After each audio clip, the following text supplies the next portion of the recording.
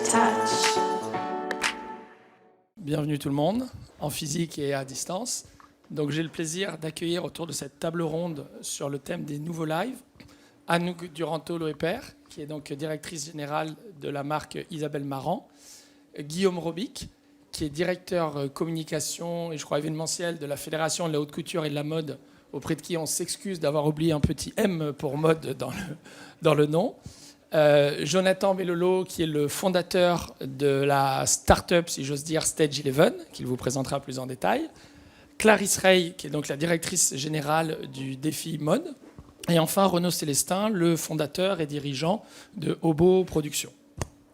Alors aujourd'hui, l'idée, c'était un sujet qui est assez vaste. Les nouveaux lives, ça veut un peu tout et rien dire. L'idée, c'était d'essayer de comprendre où se situe la frontière entre le réel et le digital. Et d'une manière, je dirais même un peu plus large, d'essayer de faire la part des choses entre l'accélération intensive qu'on a traversée ces derniers mois, ces dernières saisons à cause du confinement, du Covid et de tout ce qu'on a dû affronter, pour essayer de faire la part des choses entre le court terme, cette accélération extrême du digital, ces défilés qui n'ont plus pu exister dans le réel, donc qui se sont petit à petit transformés en films, ce tout digital qui était un peu une contrainte pour faire face au réel, d'un mouvement un peu plus structurant, plus long terme, sur l'avenir des Fashion Week, mais on aimerait, c'est les profils réunis autour de cette table inexistante, de voir un petit peu ce qu'il en est pour les autres médias, pour les autres verticales, puisque toute la thématique de ce festival, c'est justement de voir plus large qu'une seule verticale. Donc vous avez des personnes qui sont dans la mode, mais chacun, à travers leur profil, ont des passions, travaillent de manière beaucoup plus large, que ce soit Clarisse en finançant et en accompagnant différents types de créateurs, que ce soit René qui fait des plus beaux défilés de mode, mais qui fait aussi des concerts et qui fait de l'événementiel sportif. Jonathan, là, je le laisserai en parler parce que c'est tellement fou ce qu'il fait que j'aurais du mal à en parler aussi bien que lui. Et puis là, il faudra bien être accroché sur vos fauteuils ou derrière vos écrans pour comprendre la portée du sujet. Guillaume, qui, par son parcours, incarne cette pluridisciplinalité, ça c'est le mot impossible à dire, entre les arts, entre la mode, la littérature. Et enfin Anouk, qui est au-delà d'être une amie très chère à mes yeux, incarne aussi ce développement. Elle a rejoint Isabelle Marant, on a fait une histoire magnifique, continue à en faire une histoire magnifique. Donc voilà, donc ce que je vous propose, c'est que je vais les laisser se présenter à tour de rôle pour décrire un peu leur profil et leurs convictions sur le sujet, et qu'ensuite on parte dans un débat assez ouvert, puisqu'on a une table ronde qui va durer à peu près 1 heure. Et je vous invite également à la salle, si vous avez des questions, s'il y a des incompréhensions, ou des coups de cœur, ou des coups de gueule, à réagir. On vous passe un micro. Et vraiment, le but, c'est pas de faire un monologue, pas un monologue à 6, je dirais, mais c'est vraiment de partir dans une discussion avec vous, bien évidemment. Merci d'avoir accepté l'invitation, mais également avec les questions qu'il pourrait y avoir. Donc je propose de commencer par Anouk. C'est moi qui commence. Anouk Duranto-Loeper, je suis directrice générale de Isabelle Marant depuis 5 ans. Et je suis aussi présidente de la Chambre syndicale de la mode féminine, ce en quoi je suis responsable de la Fashion Week de Paris. J'ai eu la chance de travailler avec Guillaume et Pascal et l'ensemble des gens de la fédération, avec des enjeux et des sujets qui nous ont occupés ces derniers temps, à savoir défiler en présentiel ou pas. Je vais juste être très brève sur le sujet qui nous concerne. Donc Isabelle Marant, c'est, vous savez, une marque parisienne qui défile depuis 25 ans à Paris, 2 fois par an, dans les jardins du Palais Royal. Et c'est vrai qu'en tant que marque de mode, on avait l'habitude d'utiliser le défilé comme le moment où on présentait nos collections, au sens assez ancien du terme, donc vraiment dans un exercice qui était de préparer une collection et puis créer un événement où on présente cette collection à la fois à nos acheteurs et à certains membres de la profession qui étaient les journalistes essentiellement, puis plus récemment des influenceurs. Donc dans cet exercice, le travail était vraiment orienté sur les produits, comment présenter nos produits et comment porter le message de la collection qu'on avait créée. Donc vraiment un ancrage sur le produit, le vêtement et comment on voulait le mettre en scène. Donc les 3 derniers défilés ont été un peu chahutés. Le défilé de mars 2020 a été le dernier défilé normal. C'était juste avant le Covid. Vous souvenez-vous, c'était le 18 mars, je pense, qu'on a été tous confinés. Donc nous, on devait défiler le 2 mars. Donc on a fait un défilé tout à fait normal, tout à fait insouciant, où les gens s'embrassaient. Pas tous. Je me souviens qu'à ton défilé, c'était le premier défilé un tout petit où les peu, gens, ceux qui revenaient de Milan, disaient on s'embrasse pas. Voilà. Ne m'approche pas, on s'embrasse pas. Mais bon, le défilé de mars n'a pas eu pas de sujet. Et puis après, s'est posé la question du défilé suivant, qui était le défilé d'octobre. Et donc, on savait à ce moment-là que personne ne pourrait voyager. Et donc, la question, c'était qu'est-ce qu'on fait maintenant que plus personne ne voyage? Donc, nos clients ne peuvent pas venir, nos acheteurs ne peuvent pas venir. Et sachant que le défilé, c'est aussi un moment où on a besoin de notre audience pour relayer notre message, puisqu'on n'a pas, nous-mêmes, en tant que marque, un média, et que les médias qui nous retransmettent et qui font connaître notre savoir sont les gens qui assistent au défilé. Et donc, on avait prévu de faire un défilé complètement digital. Donc avec un autre setup, c'est-à-dire quelque chose qui soit préenregistré et qui soit rediffusé à l'ensemble du monde en même temps. Bon, il se trouve que rien ne s'est passé comme prévu, puisque les gens qu'on devait faire intervenir venaient de pays qui ont été à leur tour confinés, ils n'ont pas pu venir. Bref, on a dû tout changer et on a fait, en octobre 2020, un des rares défilés en présentiel. On a fait un défilé en collaboration avec la Horde et Ron, donc c'était un événement. Donc c'était pour la première fois, on changeait un petit peu de format, puisqu'on a intégré des artistes, on a intégré des danseurs et des musiciens à la performance du défilé. Et c'était donc un événement pour la première fois qui était à la fois en présentiel dans les jardins du Palais Royal, mais rediffusé pas en live, mais remonté pour être filmé et diffusé ensuite. Et après, il y a eu le défilé de mars, qui était de nouveau un défilé là, complètement digital. Donc là, c'était vraiment un autre exercice qui était un défilmé, comme dit Isabelle Marant, elle-même. Donc c'est quelque chose qui a été préenregistré et puis montré. Et là, se posait la question de est-ce qu'on filme un défilé ou est-ce qu'on crée une mise en scène et on raconte une autre histoire. Donc je pense que je ne vais pas élaborer sur le sujet parce que c'est une des questions qui se pose, qui est est-ce qu'on peut juste filmer un défilé et le retransmettre, ou est-ce que travailler dans un système digital nécessite un autre format et une autre préparation et un autre message. Voilà. Et puis bon, le dernier défilé, je refais la chronologie, mais en octobre, là, tout récemment, on est revenu à un format complètement classique d'un défilé en présentiel, pour le plus grand plaisir de la plupart des gens qui étaient là. Et donc se pose la question de est-ce que le format digital est un bon format ou pas un bon format, sachant que la plupart des marques se sont empressées de revenir à un format en présentiel. Donc moi, ma thèse, c'est que quand même le présentiel, c'est super. Je pense que c'est une thèse qui est quand même pas mal partagée. On en a la preuve dans la salle. Voilà, et que je pense qu'on doit tous réfléchir au digital comme une façon d'augmenter en fait l'expérience et d'ouvrir le débat et d'ouvrir les chakras, ouvrir l'audience, ouvrir le nombre de points de contact, mais que le présentiel reste critique en fait. J'étais un peu longue. Mais... Non, tu es complètement dans les délais. C'est une transition parfaite pour l'introduction de Guillaume. Donc Guillaume, à toi. Je commence par la conclusion. En effet, le digital est un excellent vecteur pour diffuser, évidemment, et pour compléter en fait ce qui se passe dans le physique. Mais je vais faire comme Anouk, je vais faire un petit flashback.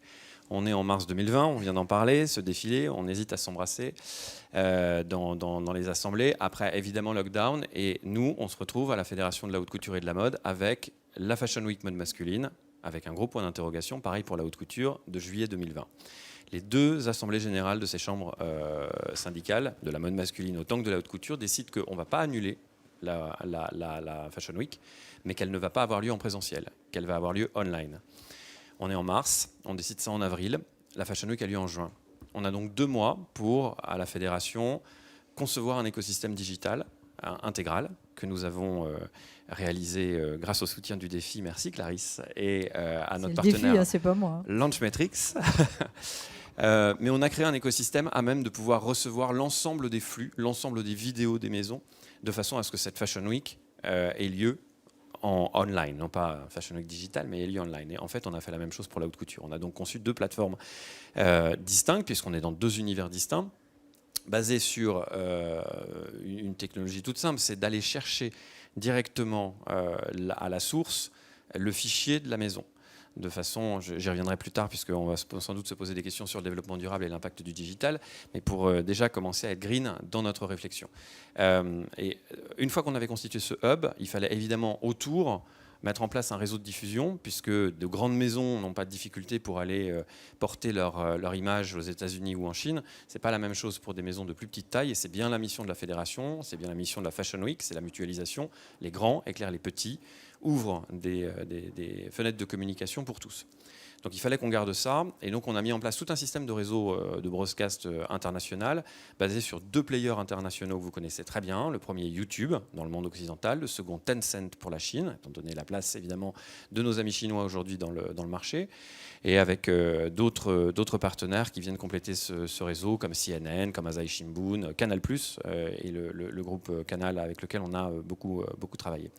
Donc on est passé en Fashion Week online. Puis, comme Anouk l'a décrit, on est revenu en septembre avec de l'hybride, du digital, parce qu'on ne pouvait pas, certaines maisons ne pouvaient pas voyager, d'autres maisons qui revenaient en physique. Et puis il y a eu les soubresauts de 20, 21.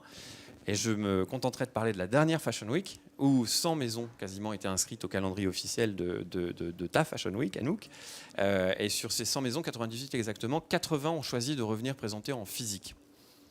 Sur ces 80 en physique, il y en avait la moitié en défilé, l'autre moitié en présentation. Vous savez, c'est cet autre format, on va dire, un peu plus souple, un peu plus léger, mais qui permet aussi de présenter les choses différemment d'un point de vue artistique. Mais une quarantaine de maisons revenues en défilé physique. Et c'est là où on a vu, en fait, le complément parfait que pouvait être, le relais complet que pouvait être le digital, parce que aux événements physiques qui se sont déroulés dans Paris, l'écho global porté grâce au digital a permis à cette Fashion Week de septembre dernier d'être celle qui, de tout temps, avait eu la plus grosse exposition médiatique. Il y a un indicateur duquel on se sert régulièrement, qui est porté par un de nos partenaires, Launchmetrics, qui est le Media Impact Value.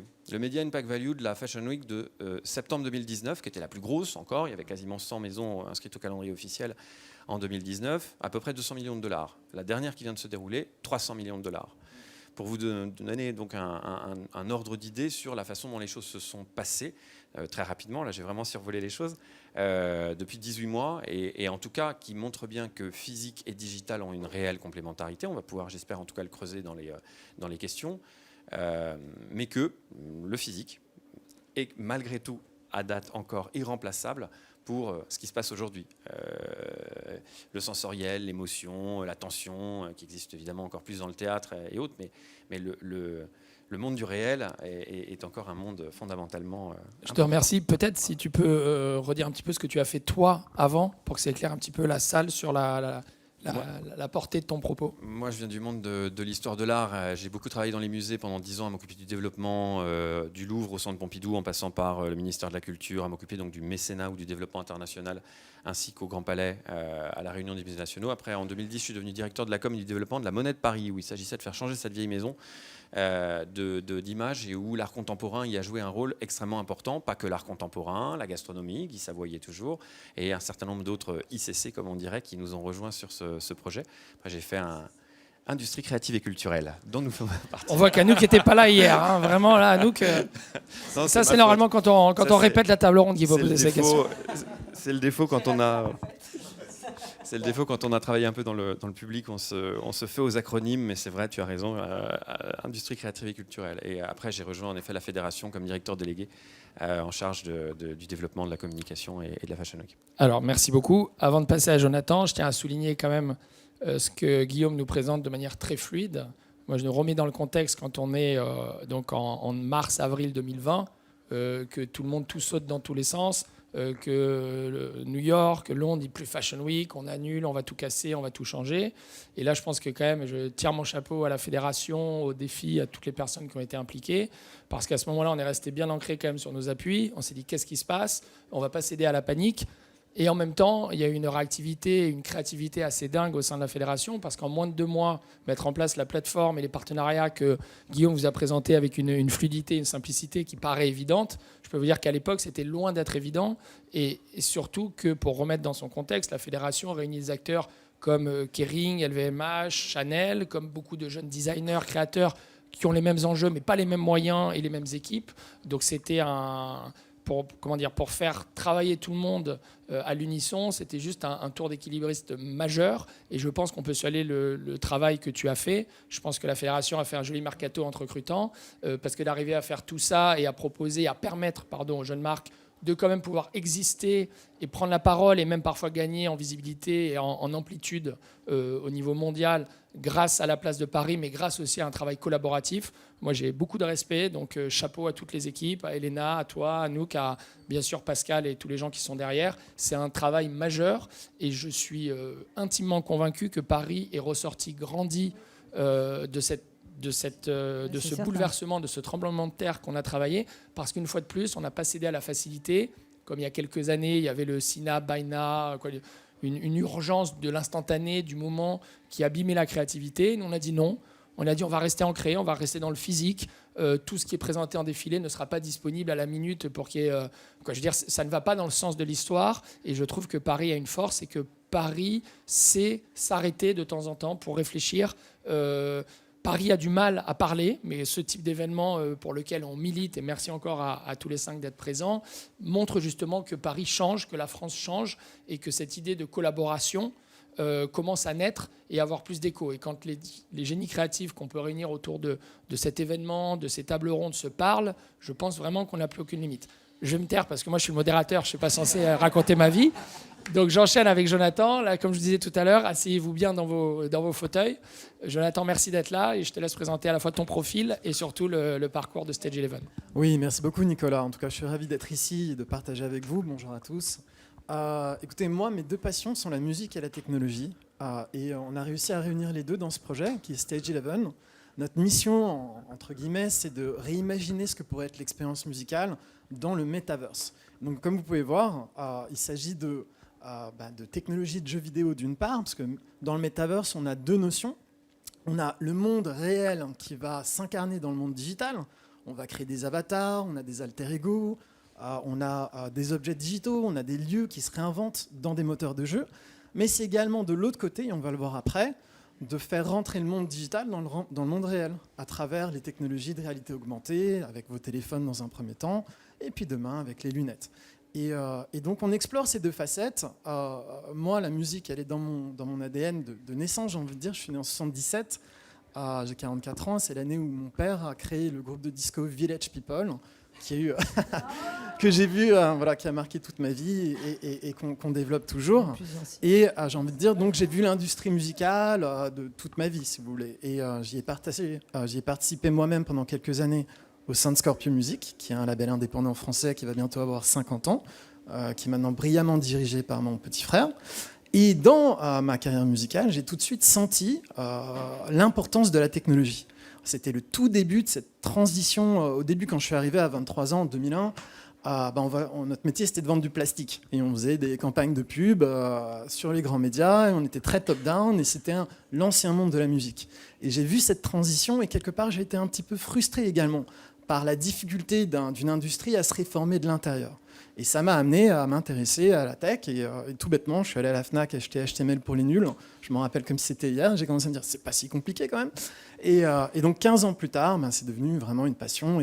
Et ça m'a peut-être donné les clés. L'année dernière, pareil, en mars, quel mois fatidique, en 2020, pour réaliser qu'il y avait peut-être un alignement des étoiles, à la fois technologique, avec beaucoup de révolutions qui enfin arrivent à maturité, qui sont maintenant mergées dans cette notion de metaverse, dans lesquelles on a les questions infrastructures comme la blockchain, les NFT, les cryptos, qui viennent révolutionner l'économie en sens large.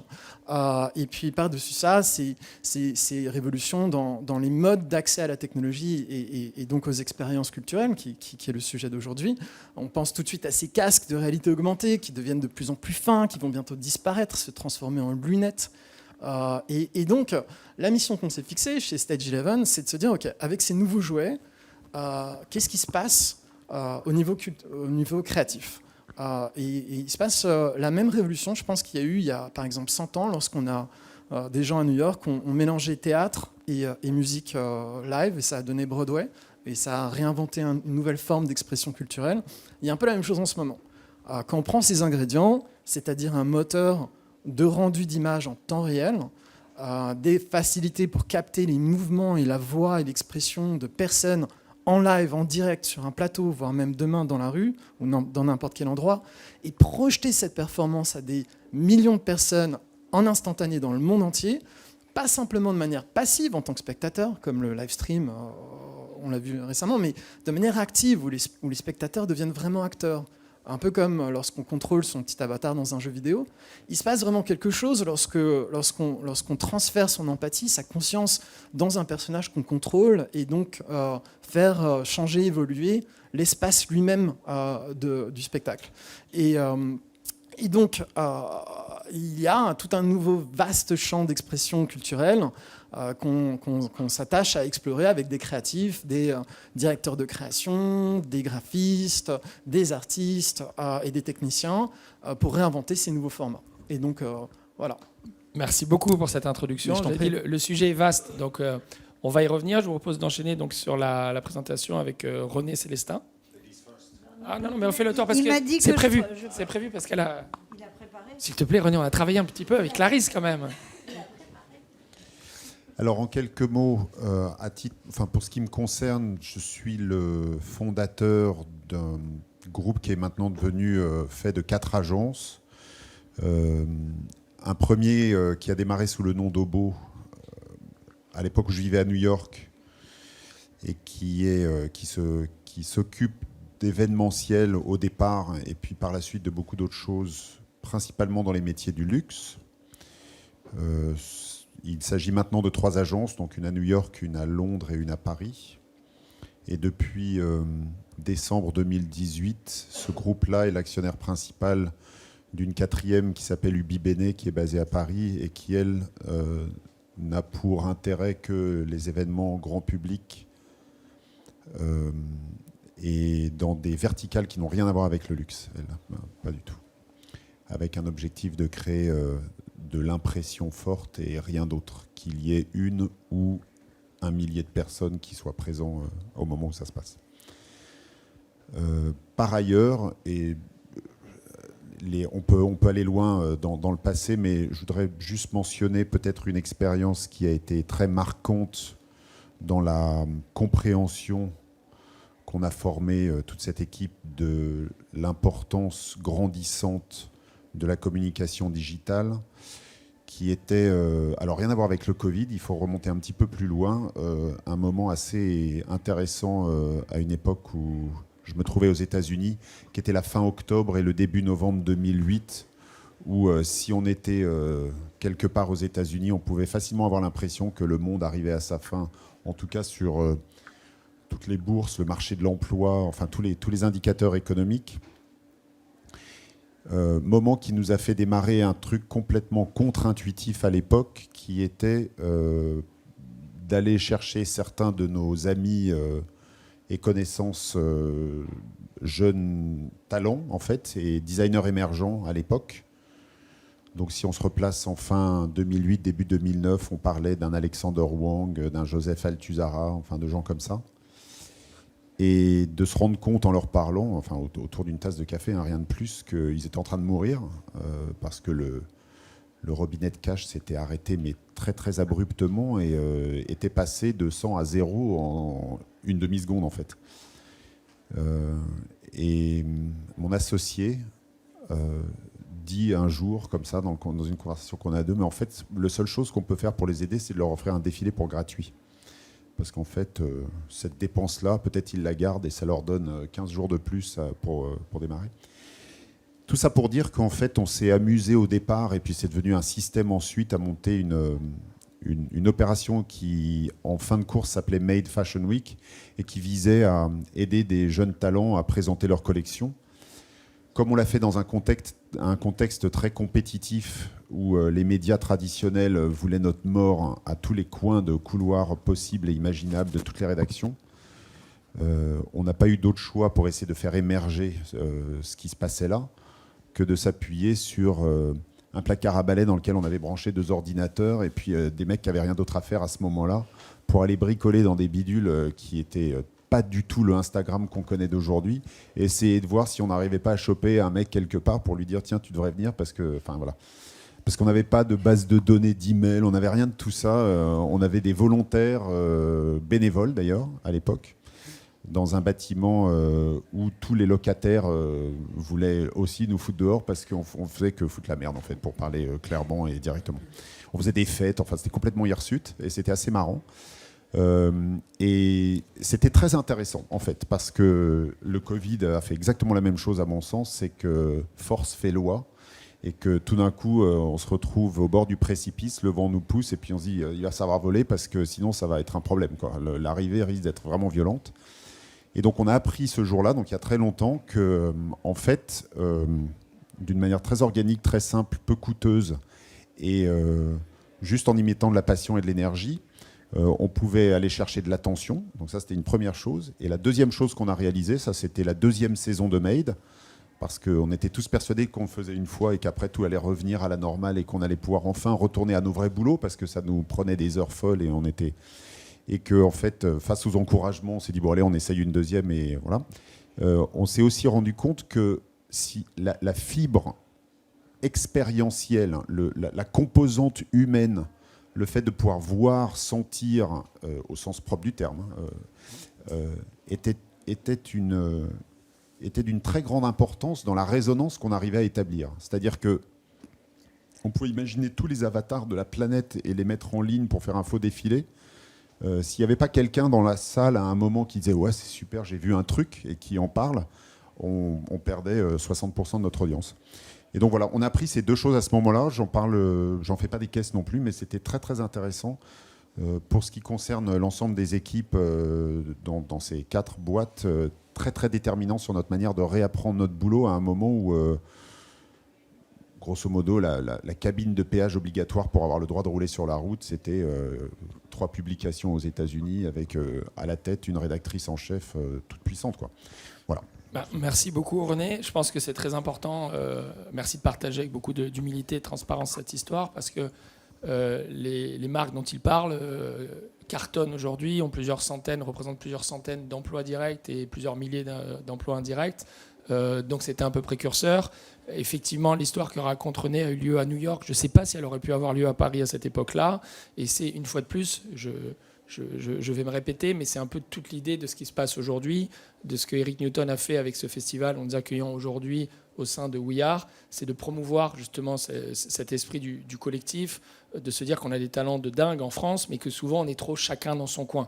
On se considère tous en concurrence, alors qu'en fait, quand on arrive à un peu se parler, à partager des idées, à partager des coups de cœur créatifs, on crée des effets d'entraînement, on crée des collaborations et on arrive tout à coup à faire briller ce génie français qui, parfois, par excès d'égoïsme ou de peur de l'argent ou de la réussite, n'arrive pas à prendre la parole ou à occuper la place qu'il pourrait beaucoup mieux occuper à l'international. Donc je vais pas donner toutes les conclusions de cette table ronde tout de suite. On va laisser Clarisse parler. Clarisse, juste pour introduire, fait un travail de fond depuis des années pour accompagner des jeunes créateurs, pour aider aussi des structures plus anciennes et plus établies à essayer de se transformer, de se digitaliser, parce que le défi aide bien sûr les marques, mais aussi les ateliers, les usines, les salons. Donc Clarisse, à toi le micro.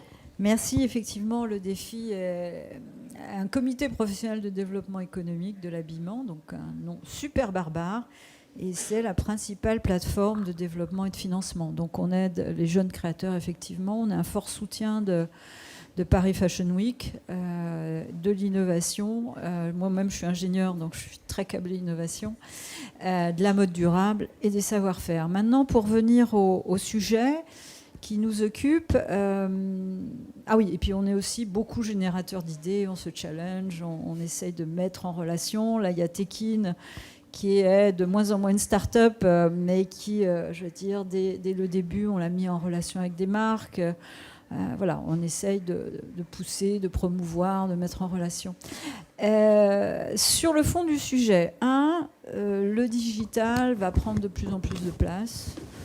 2, le physique devient essentiel et c'est l'interaction entre les deux qui va être extrêmement importante. Et ça va changer à la fois le digital et le physique. Pour faire court, de ma pensée. D'une part, le digital, alors moi, de ma fenêtre, si j'ose dire, de mon balcon, sur ce qu'on a vu sur les Fashion Week, oui, il y a eu des défilés digitaux, etc. Mais ce qui est extrêmement intéressant, c'est qu'à partir de la deuxième Fashion Week, c'était plus du tout le film du défilé avec voilà, les vêtements qui passaient, les mannequins qui passaient. On a vu petit à petit, ça se développe de plus en plus, une véritable expression artistique. C'est-à-dire quand vous regardez les défilés Dior, quand vous regardez ce que fait Martin Margiela, ce sont des vrais films. C'est plus simplement le défilé. Alors bien sûr, il y a les vêtements dedans, mais je veux dire, c'est déjà... Et ça ne va pas passer. C'est-à-dire que cette complexité va rester, enfin cette complexité merveilleuse, je veux dire, va rester, et il y aura les défilés physiques et ces expressions artistiques. Donc ça, c'est extrêmement essentiel. La deuxième chose, c'est effectivement l'avènement des métaverses. Alors méta de Beyond, verse the universe, c'est l'avènement de ces espaces virtuels interactifs. Et il va y avoir une mode digitale, oui, une mode digitale. On va vendre des vêtements digitaux, on va s'échanger des vêtements digitaux, on va habiller nos avatars en vêtements digitaux. Il va y avoir. C'est un marché qui s'ouvre. Alors l'explosion est venue pendant le premier confinement aux États-Unis à partir d'une plateforme de jeu. Il faut savoir que le gaming dans le monde entier, c'est un chiffre d'affaires de 160 milliards de dollars, là où les films et la musique font 60. Et il y a 3 milliards de joueurs. Donc c'est un marché colossal. Et déjà, d'ailleurs, les marques de luxe ont commencé il y a plusieurs années à vendre des skins sur des jeux. C'est LVMH, c'est Balenciaga qui a fait un jeu Afterworld. C'est Balenciaga qui fait un accord avec Fortnite. Enfin, tout ça, déjà, c'est toujours intéressant de voir ce que font les marques de luxe. Toujours de voir les premières choses, les premiers indices, les premiers germes, et ça existe. Et donc, pendant ce premier confinement, alors moi j'avoue, je ne joue pas en ligne, je ne suis plus une ado, donc une plateforme de jeu qui s'appelle Roblox pour les ados a décidé de faire un concert virtuel interactif. Ils ont travaillé avec un rappeur, Lil Nas, ils ont travaillé avec son avatar, la scénographie pour qu'il bouge, ils l'ont habillé, etc. Et le concert a recueilli 33 millions de participants. Et là, ça a explosé. Toutes les plateformes de jeux visent maintenant à faire un métaverse. Toutes, je vais dire, même les plateformes de rencontres des Tinder visent à faire des métaverses. Évidemment, il y a Facebook qui maintenant même se transforme en méta parce qu'ils sont en train de travailler sur un métaverse. Et Roblox, qui avait une valo de 4,5 milliards de dollars, ils étaient en IPO, a conclu à 45 milliards. Donc, il va y avoir la mode digitale. Est-ce que ça va suffire ? Bien évidemment que non, parce que le physique va demeurer essentiel. Le physique, alors bon, je voudrais citer un peu par exemple Boris Cyrulnik, qui dit très clairement que le cerveau ne peut se développer que par la rencontre physique, que par le contact avec, dit-il, la banalité de la vie quotidienne. C'est comme ça que le cerveau se développe, et c'est pour ça d'ailleurs que ça a été très gênant, le confinement pour les ados, si difficile, à une période si importante pour eux, je veux dire, ce confinement. Donc, le physique est extrêmement important. La créativité, bien sûr qu'il y a une créativité digitale, mais la créativité, elle a besoin de rencontres inopinées, d'imperfection. L'imperfection est très importante, alors que le digital pousse un peu au stéréotype, à la perfection. On veut, on refait, on repasse, alors que l'imperfection, le truc inattendu, est absolument important. Je veux dire, donc ça, je vais dire, le physique lutte contre ces stéréotypes. Alors, je ne sais pas si tu veux que je parle tout de suite des filters bubble. Pas tout de suite, parce que le but, c'est qu'on parte en ping-pong. Donc, déjà, merci beaucoup pour tes explications très claires sur le métaverse. Je me permets juste de faire une précision ou un questionnement, parce que Jean-Michel Jarre, hier, qui a fait une intervention assez géniale, nous disait, les amis, on est en France, alors il ne faut pas dire le métaverse, parce que vous ne dites pas l'univers, vous dites l'univers. Donc dites le métavers. Je ne sais pas, vu qu'on a des experts ici, ce que vous en pensez. Tout à fait d'accord. Ah bah très bien. Donc voilà, donc on peut dire, comme ça vous aurez même un petit coup d'avance. En français, non. En français, non. C'est parce qu'on prend le mot anglais. On prend le mot anglais. On a décidé ici, aujourd'hui. On le décide on va appeler Bernard Pivot et on va se mettre d'accord. On le décide aujourd'hui aussi, c'est le métavers. Ah, mais c'est bien, comme ça, si tu dis métavers, on dit non, c'est métavers, si tu vas pouvoir un peu élaborer. Non, c'est métavers. Bon. Trêve de penser à l'univers et le métavers. Bon, trêve de présenterie. Je pense qu'il y a un sujet je pense qu'on est à peu près d'accord, si vous me le permettez, de dire que le digital, le métavers et tous ces éléments sont des amplificateurs qui vont permettre en fait de s'exprimer. Et je reprends une phrase que tu m'as dit, Clarisse, quand on s'est appelé pour préparer cette table ronde. Tu m'as dit le digital gomme les nuances. Ouais. Et en fait, je pense qu'il y a deux biais dans lesquels, j'espère qu'on va pouvoir un petit peu développer. Le premier, c'est toi aussi qui me le disais, Clarisse, c'est de dire attention, finalement, comme on va pouvoir consommer, on va pouvoir choisir. Par facilité, on va aller vers ce qu'on aime, vers ce qui nous ressemble. Et on va moins se frotter ou se challenger en allant à la rencontre de gens qu'on ne connaît pas ou qu'on n'aimerait pas forcément, mais qui vont un peu nous bousculer. Et finalement, je prends l'exemple d'Instagram, où l'été, tout le monde monte sa bouée licorne ou son donut géant sur sa piscine plus bleue et plus grande que celle du voisin.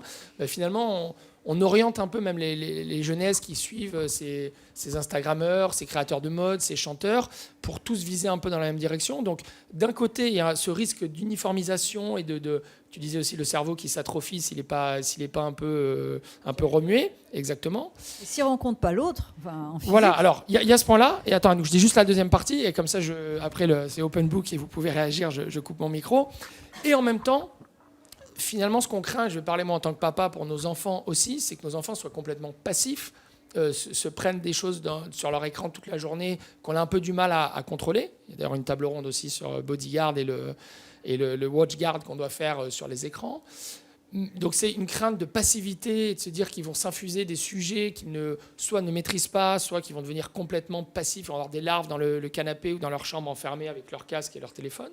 Alors qu'en fait, quand on parle de Roblox, quand on regarde l'excitation qu'ont nos enfants pour ce type de sujet, de plateforme et de jeux, on se rend compte que dans la musique, dans la mode ou dans les jeux vidéo, ils se retrouvent créateurs et vraiment acteurs.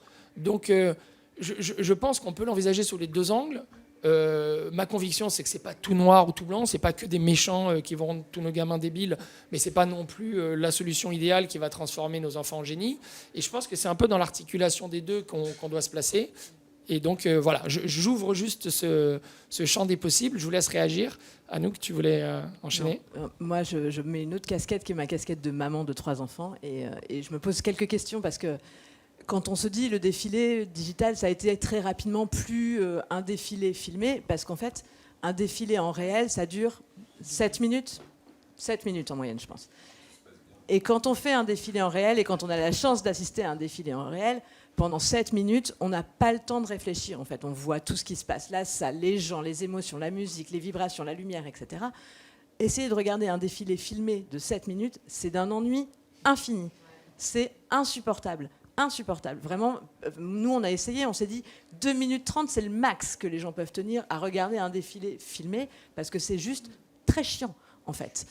Et du coup, je me dis, c'est dingue, parce que si on digitalise tout, effectivement, comme on perd toute une partie des sensations qu'on ne peut pas encore retransmettre en digital, on est obligé de mettre la gomme, de mettre le paquet et d'aller plus vite, de donner plus d'informations en même temps, parce que sinon, les gens passifs en face s'ennuient profondément. Je ne sais pas combien de gens regardent des concerts live à la télé, mais autant écouter un disque, en fait. C'est pénible de regarder un live à la télé, on est scotché dans son cadre. Enfin, ça n'a pas... pour moi, pas beaucoup d'intérêt. Sauf sur Taratata, parce que c'est quand même sympa. Oui, mais parce qu'il se passe d'autres choses. C'est pas juste un concert. C'est des rencontres. Déjà un autre c'est des format. Rencontres. C'est déjà un autre format. Et les séquences sont beaucoup plus courtes qu'un concert. Et donc, je me dis que peut-être que le métaverse, en permettant aux gens de participer, ça va gommer cet ennui infini d'assister passivement à quelque chose versus participer. Et je suis assez curieuse de voir ce que ça va donner, parce qu'effectivement, il y a le côté... On a l'impression que les gens sont dans une bulle et sont privés d'émotions, mais d'un autre côté, peut-être qu'ils vont en créer d'autres. Enfin, je sais pas. Je rebondirai sur le point que tu as évoqué tout à l'heure et que tu développes sur le défilé physique versus film. C'est vrai que la première Fashion Week, c'est ce que tu présentais tout à l'heure, ça a été en fait des défilés où le public était remplacé par une caméra. Donc c'était le même setup, c'était les mêmes lieux, et c'était pour ceux qui ont essayé, le résultat était assez questionnable. Et derrière, très vite, je pense dès la Fashion Week, alors en plus c'est différent si on parle de l'homme ou la femme, parce que l'homme avait quelques mois, là où la femme était directement dedans au départ. Mais ce que je veux dire, pour en avoir parlé encore avec Alexandre, donc Alexandre Matussi, le créateur avec qui je travaille, et qui en fait y a pris goût, et il m'a dit finalement au bout de deux Fashion Week virtuelles, c'est plus du tout des défilés, c'est des films. Donc il me dit, la séquence, si elle va pas, on la re-shoot 3 fois, 4 fois, 5 fois. Donc effectivement, on atteint une perfection, mais cette perfection, pour moi, dérive dans un ennui que tu décrivais, qui fait que passer 3 minutes, on s'ennuie, même si c'est une super créatrice ou un super créateur, on s'ennuie, et j'ai pas un défilmé que j'ai regardé en entier. Ouais, alors. Et donc, juste pour finir, sur ce point-là, ce que je trouve très intéressant, c'est les imperfections du live, parce que c'est dans ces imperfections qu'on va comprendre, qu'on va voir les réactions dans la salle, qu'on va voir les failles, je pense vraiment qu'on va voir la lumière et vraiment les tripes des créateurs. Et moi, quand je vais à un défilé Isabelle Marant, c'est ça qui m'excite. J'en parlais avec Anouk, c'est ça qui m'excite avant d'y aller, c'est de dire, tiens, quelle musique elle va mettre, qui va être là, comment les gens vont être placés, quels vont être les ratés, comment vont réagir les mannequins. Bon, je vous rassure, il n'y en a pas souvent chez Isabelle Marant des ratés, mais c'est ces moments qu'on vit. Et on a vécu Rock, un designer coréen brillant qui a fait son défilé au Petit Palais, qui est un défilé somptueux lors de la dernière Fashion Week. Il y a une mannequin qui est sortie, la robe a glissé, on voyait son sein. Ben moi, je trouvais ça magnifique parce que ça a montré, c'était la beauté du réel. Et elle a continué, elle a tenu le coup, elle est allée jusqu'au bout. Nous, ça nous est arrivé au dernier défilé Ami. Bon, ben, comme tout était filmé, vidéo et tout, et, stop. Alexandre, il s'est levé, il a fait des grands signes et on a re-shooté la scène 3 fois. Ben, c'est presque dommage, je dirais, parce que ces moments du réel, ces failles, pour moi, font la vérité des Fashion Week. Alors, je suis complètement d'accord. L'avantage quand même des défilés virtuels, c'est que ça a ouvert à un nombre incalculable de gens et que ça rend notamment le luxe et la grande création, la création d'avant-garde, ce qu'on appelle nous, accessible. Je veux dire, ça rend la création Tu as raison. accessible. Alors, pardon. Sans vouloir du tout faire le modérateur, je voudrais ouvrir 3 petits points qui sont très intéressants. Non, mais je veux dire, c'est pas du tout pour faire le malin, mais ces sujets-là, si on se met à la place de quelqu'un qui a pour souci de les organiser, sont sur la table depuis des années et des années. Je m'amusais à l'époque où on faisait l'édit d'un show monstrueux aux États-Unis qui allait sur CBS chaque année et dont personne ne veut plus parler maintenant, mais qui était quand même un bloc énorme à raconter aux gens qui faisaient le boulot que Victoria's Secret, je rigole toujours avec ça parce que ça me fait hyper marrer de savoir comment on peut passer de la position de héros à vilain en 14 secondes dans le monde. C'était assez... moi j'appelais ça la supermodèle fatigue, c'est-à-dire que si tu vas avoir 60 mannequins qui font quoi que ce soit, hein, qu'elles tournent, qu'elles aillent droit, qu'elles marchent sur la tête ou pas, quand on a vu ce que la première et la deuxième a fait, on a une assez bonne idée de ce que la troisième jusqu'à la 35e va faire. Et si on est un créateur de mode dans le jour d'aujourd'hui, mais là je suis bien avant Covid, hein, qui doit se préoccuper de ne plus être un créateur de mode, mais d'être un créateur de contenu, mais aussi, par ailleurs, un broadcaster, c'est-à-dire un diffuseur de ce contenu, on n'a pas d'autre choix que de se dire au mannequin numéro 2, bah, on fait quoi maintenant ? Parce que quelle lourdeur, quoi. Donc, alors ça, c'est la première chose. La deuxième chose que je voudrais lever dans le débat que vous commencez là, c'est que dans ces changements successifs, sans remonter à la jeunesse de la maison Worth qui vient... Oui, mais le défilé, c'était une chose, c'en est devenu une autre. Puis... la maison de mode a petit à petit est devenue un média. La fédération, qui était l'organisateur d'un certain nombre de gens dans une certaine sphère, l'est aussi devenue et a dû appliquer à ça une logique qui n'avait rien à voir avec celle qu'elle appliquait depuis très longtemps et jusqu'à très récemment.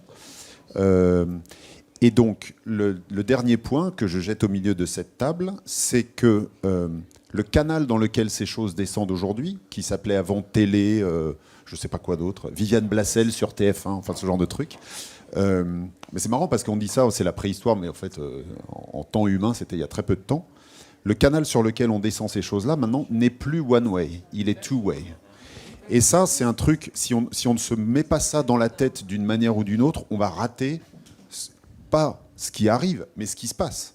C'est-à-dire que le gaming, le réseau social et ce genre de choses-là, c'est un truc de dialogue. C'est pas un truc de gavage doigts sur qui on descend un message. Alors, voilà, je voulais juste jeter ça autour de la C'est table. excellent, merci René. Passer la parole à Jonathan, parce que je pense qu'il y a un sujet de fond qu'on a parfois tendance à oublier, notamment sur les Fashion Week, mais j'aurais volontiers qu'on ouvre sur la musique et d'autres médias culturels. C'est à qui on s'adresse. Parce qu'au début, les défilés s'adressaient à des acheteurs et à la presse. C'était un peu un entre-soi où il y avait 150, 200, 300 personnes à tout casser. C'était un an, 6 mois minimum, voire un an avant que ces collections arrivent vraiment dans les boutiques, dans les grands magasins. Donc on s'achetait, c'était du B2B le défilé. Aujourd'hui, ça n'est plus du tout du B2B. Et on s'adresse en direct. On a la possibilité, ce que disait François-Henri Pinault hier matin, on a la possibilité de parler en direct à son client final. Donc c'est plus le même discours, on n'a plus le même but. Donc c'est là, je pense qu'il y a un besoin aussi de cohérence, en tout cas d'un point de vue marque, parce que trop souvent, je pense que les marques peuvent avoir un discours par rapport à la presse qui n'est pas forcément le même discours qu'ils auront par rapport à leurs partenaires ou distributeurs et qui malheureusement n'est pas exactement celui qu'ils veulent donner au client final. Et la crise qu'on vient de traverser a fait remonter ces incohérences quand il y avait 3 discours qui n'allaient pas, et surtout même, je dirais, le 4e discours qui pour moi est encore plus grave, c'était les valeurs qu'elles répandaient sur les réseaux sociaux et qu'on voyait la façon en interne dont elles traitaient leurs propres équipes. Donc je pense qu'aujourd'hui, il y a un besoin de cohérence, que les faux pas, le client, comme tu disais, slash consommateur, est beaucoup plus informé et que le moindre faux pas remonte très vite à la surface. Mais je passe la main à Jonathan pour que tu nous expliques un peu, au-delà de la mode, peut-être de parler de la musique, du parfum, du sport, la façon dont justement le consommateur, client, devient acteur. Oui, absolument. Déjà, j'aimerais commencer par dire que, en fait, au-delà de la technologie, ce sont les mêmes règles ancestrales depuis la nuit des temps qui font que on est passionné par une création, on est touché émotionnellement, on est passionné par un récit, et ces règles, elles ne changeront pas dans le metaverse. Et donc, c'est avant tout une question d'authenticité et de vibration. Ceci dit, ces nouvelles techs, ce qu'elles nous apportent, c'est qu'elles permettent de se rapprocher de l'expérience physique, qui est irremplaçable, bien sûr. Quand on est dans un vrai concert, on se prend le son dans la poitrine, on sent l'énergie des gens autour de nous, on se synchronise, on devient un et unique. Il y a cet aspect un petit peu même quasi religieux qui est irremplaçable. Et ce qui est un petit peu intéressant dans les premières expériences Metaverse, c'est qu'on retrouve ça. Il y a un aspect social. On n'est pas seul, on est en multijoueur. Donc encore une tech du jeu vidéo qui est intéressante. C'est-à-dire que dans le concert de Roblox ou pareil dans Fortnite, on est plusieurs. Et donc du coup, on voit ce que fait l'autre, on réagit à ce qu'il fait et on vit ensemble une aventure. Et du coup, l'autre, la manière dont il apparaît, devient une expression de son identité. L'identité qui est choisie, qui est libératoire. Peu importe qui on est dans la vraie vie. On peut être grand, petit, homme, femme ou autre, elfe, orc ou robot, peu importe. Et ce qui devient intéressant, c'est de savoir comment l'autre s'exprime et comment on peut partager ces nouvelles aventures avec l'autre. Top, merci beaucoup d'ouvrir. Je propose, Guillaume, que tu présentes ce que tu m'évoquais, tu sais, sur les artistes, les plus grands artistes de cinéma, de télé, qui à un moment ou à un autre ont envie de ce retour avec le concret, si tu vois où je veux en venir, peut-être le théâtre, ton propos sur l'authenticité et les vibrations. Juste avant, je voulais vous dire qu'en fait, on a vu avec cette séquence digitale qui se consommait de 2 façons, et c'est bien de ce dont on est en train de parler. On l'a évoqué, des créateurs de mode qui sont devenus des metteurs en scène, qui ont fait des films. Ils sont passés dans la narration. Il y en a même certains qui ne veulent plus en sortir. Perdu dans le métaverse. Mais on nous raconte une histoire, de la même façon que le cinéma nous raconte une histoire. Et puis après, on parle d'autre chose. On parle du physique, là, avec le format du défilé. On parle aussi du live stream, on pourrait en parler. On se disait que c'était embêtant, et c'est juste de voir un défilé qui a eu lieu, le voir 2 jours, 3 jours après. Bon. Par contre, l'exercice du live stream, celui de la performance, et là on est dans le performatif et pas dans le narratif, reste vrai. Un match de foot, on le regarde à la télé, on est ravis de le regarder parce que ça se déroule sous nos yeux en même temps. Et c'est bien ce qu'ont cherché un certain nombre de maisons. Je peux vous dire que les créneaux du calendrier officiel qui correspondaient à 14-15 heures, donc alignés sur la Chine n'est pas couchée, l'Europe est debout et l'Amérique se réveille, étaient quand même à une époque les plus demandés. Mais parce qu'il y a cette unité de temps aussi dans le live stream, on en parlait avec le concert dont tu parlais, Clarisse, sur ce métavers, 33 millions de personnes, parce qu'il y avait l'unité de temps. Et se pose aussi la question derrière de l'unité de lieu avec la Paris Fashion Week, et on en revient un peu à notre physique. Paris Fashion Week, elle n'aurait jamais lieu ailleurs. Il y aura certainement une Paris Fashion Week dans les métavers, mais il y a une telle force du bâti de cette ville, de tout ce qu'elle dit, de tout ce qu'elle fait vibrer avec les maisons de mode, qu'elle est là-dessus irremplaçable. Et d'ailleurs, c'est pas un hasard pour lequel tout le monde pensait avoir résolu le problème des Fashion Week en faisant le carrousel du Louvre il y a 25 ans, où on s'est dit tout le monde va le mettre au même endroit, ils vont être contents. Or, pas du tout. Là, ça a marché un temps, et après, les maisons ont voulu aller vibrer avec la ville. Et on le comprend bien, comme elles vibrent avec les artistes également. On y vient, avec que ce soit évidemment les artistes photo-musique, et ça, la mode le fait de longue date. On a vu aussi apparaître, alors nous on l'a appelé, Pascal Morand, mon président, appelle ça, il a tout à fait raison, une créativité augmentée, permise par le digital. Et pourtant, ces frontières qui n'existent pas entre les créatifs, entre la chorégraphie, les arts de la scène. Tu parlais, Anouk, de ce défilé fantastique que vous avez fait avec la Horde, compagnie formidable, ce que Balmain fait avec son concert Balmain, en offrant 2 jours de concert au public parisien, y compris le show, etc. Les deux se nourrissent. Et ce que tu disais, Clarisse, sur le physique va nourrir le digital, mais le digital nourrit aussi le physique. Le digital, comme il a permis de s'adresser à un public beaucoup plus large, curieusement, sur la dernière Paris Fashion Week, on avait quasiment une dizaine de défilés qui étaient ouverts au public, d'une façon ou d'une autre. Ils avaient lieu sur les bords de Seine, ils étaient visibles. Ils avaient lieu sur le parvis du Palais de Tokyo, ils étaient visibles par le public. Ils avaient lieu au carreau du Temple. Le DA avait voulu que ce soit dans la rue, même, pour que les gens du quartier puissent y assister. Donc on voit qu'il y a une proximité qui a été induite par le digital. Simple exemple, Payer Moss, qui clôturait la haute couture, la dernière haute couture. L'installation a été ruinée par le temps. Il n'a pas pu défiler. Il y a eu un buzz énorme sur les réseaux sociaux, parce que, avec beaucoup d'émotion, parce que ce défilé, ce show qui était si important pour lui et pour Paris, ne pouvait pas avoir lieu. Exceptionnellement, la fédération a rajouté 2 jours au calendrier officiel pour pouvoir garder Payer Moss, qui ne pouvait défiler que 2 jours après, compte tenu du temps à New York à ce moment-là.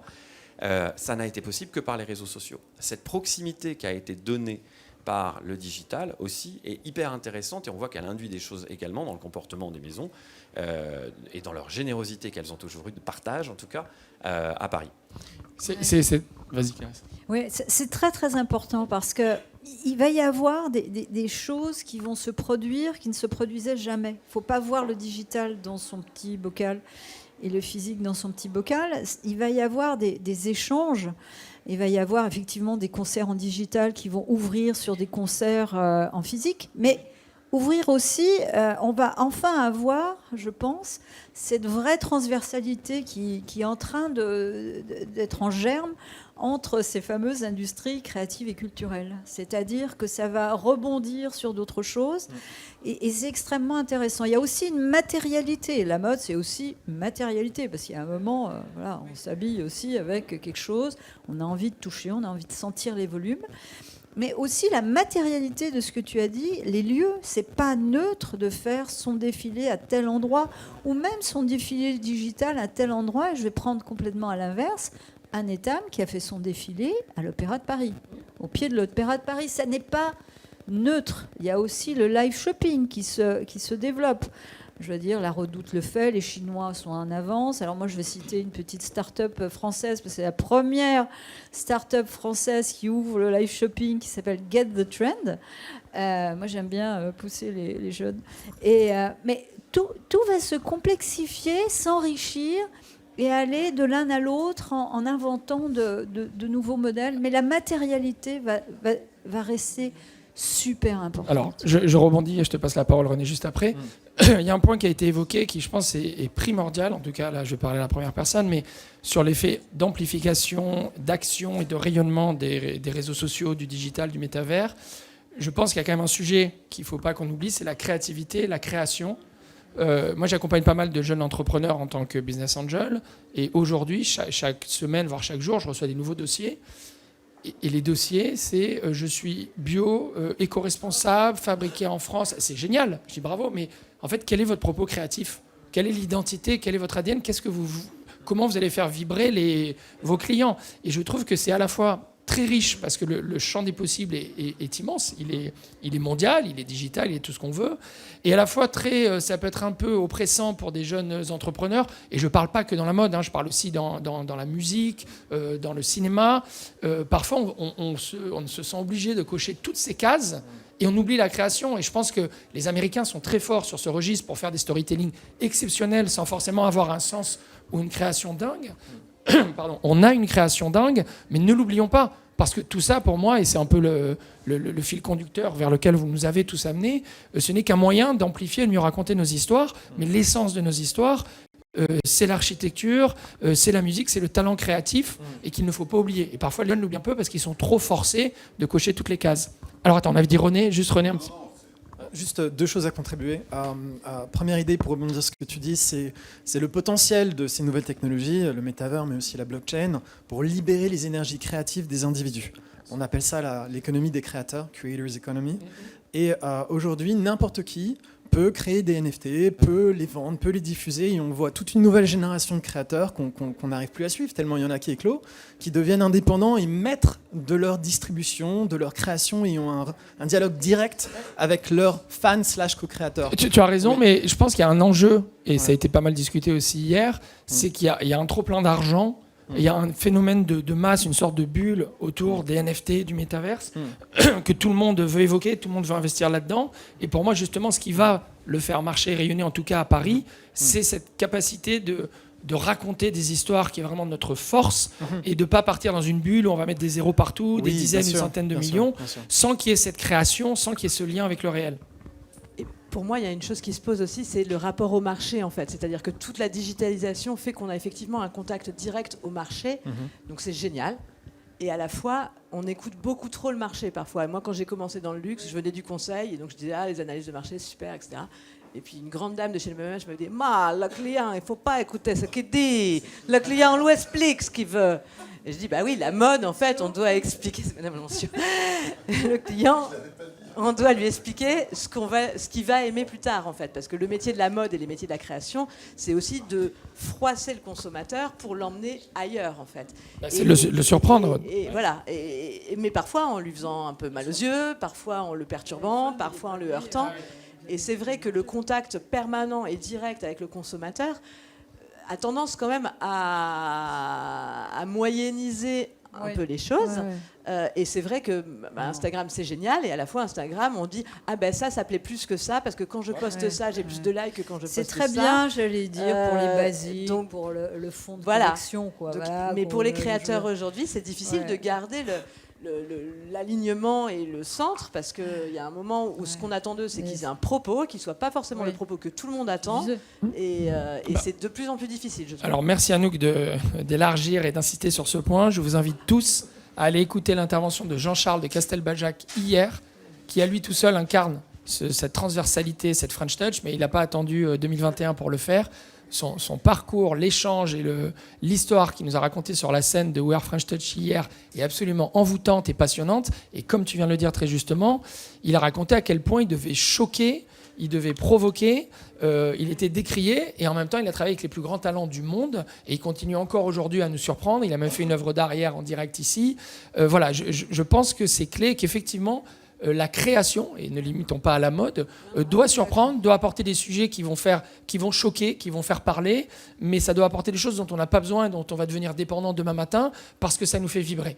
Et c'est pas parce que les algorithmes... Je vous dis une dernière phrase que j'ai notée hier, ça c'est Emmanuel de Burtel, donc de Because. Il disait, dans un monde où l'algorithme est roi, il est important pour nous de recréer du lien avec les talents. Alors et ça, je pense que c'est vraiment indispensable. C'est très. Alors, je voudrais citer une phrase de Michel Serres que j'adore absolument, qui est on ne peut créer qu'en errant, E2RANT, c'est-à-dire que en se perdant, etc.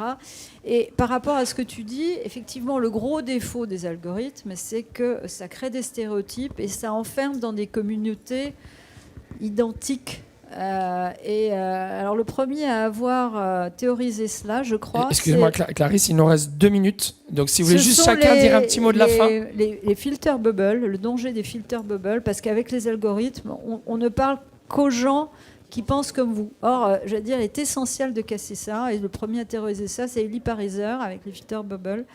Il y a eu une expérience très intéressante, je crois, des Canadiens, la télé ou la radio la télé canadienne, qui a mis dans ses algorithmes justement le fait de faire émerger aux gens des choses différentes. Et ça, je pense que d'inciter à ce que les algorithmes nous renvoient des trucs différents, parce qu'avant, quand on lisait un journal, on lisait forcément des trucs différents de ce qu'on pense, quoi. Alors Merci, que là, je suis obligé de t'interrompre, excuse-moi, juste pour que chacun ait l'occasion de dire un dernier mot, parce qu'il nous reste vraiment 1 minute 30 pour respecter le chrono.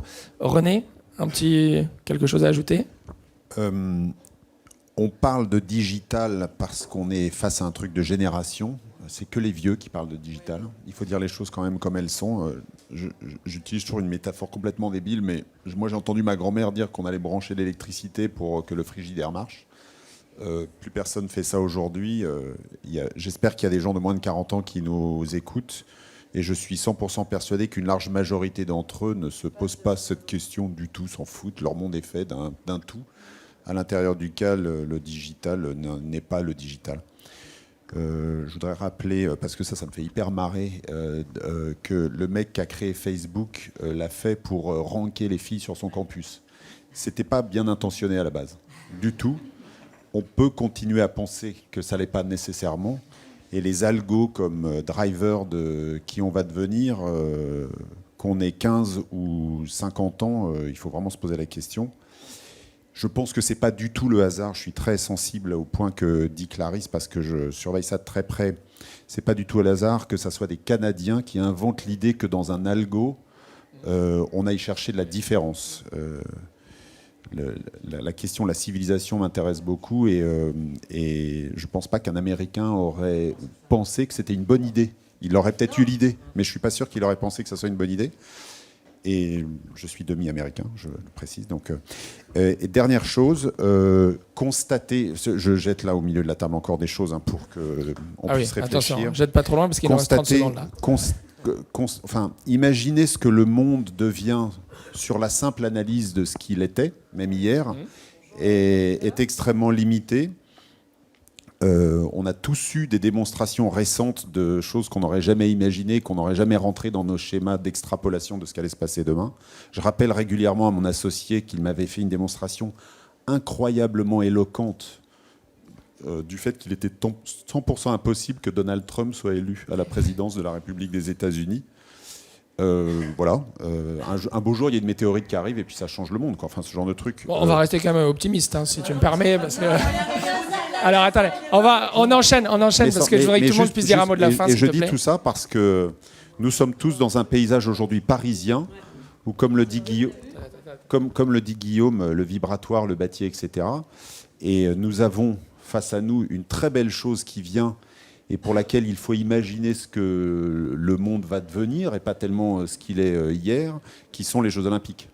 En 2024, il y a une échéance majeure qui concerne 100% des citoyens français et bien au-delà, pour laquelle il y a des gens qui sont en train d'essayer d'imaginer ce qu'en 2024, il faudrait dire et faire. Et cette chose-là est absolument passionnante. Au-delà de la mode, ça mérite qu'on s'y mette tous, quoi. De toute façon, je merci beaucoup d'ouvrir sur le sport et sur les JO à Paris. C'est tout à fait l'idée aussi de la French Touch. C'est pas du tout de se limiter à la création simple telle qu'on l'entend. C'est de montrer comment tous les secteurs français et parisiens vont se mobiliser pour faire de ce moment-là un événement sportif, culturel et génial. Merci beaucoup René pour l'ouverture. John ? Oui, je vais faire très vite. Pour terminer sur une note positive, dans le métavers, il y a aussi une idée qui est celle du Web 3, qui est la refondation de notre infrastructure technologique sur des bases plus saines, plus décentralisées, et qui permettra de redonner le contrôle aux individus de leur identité et de leur data.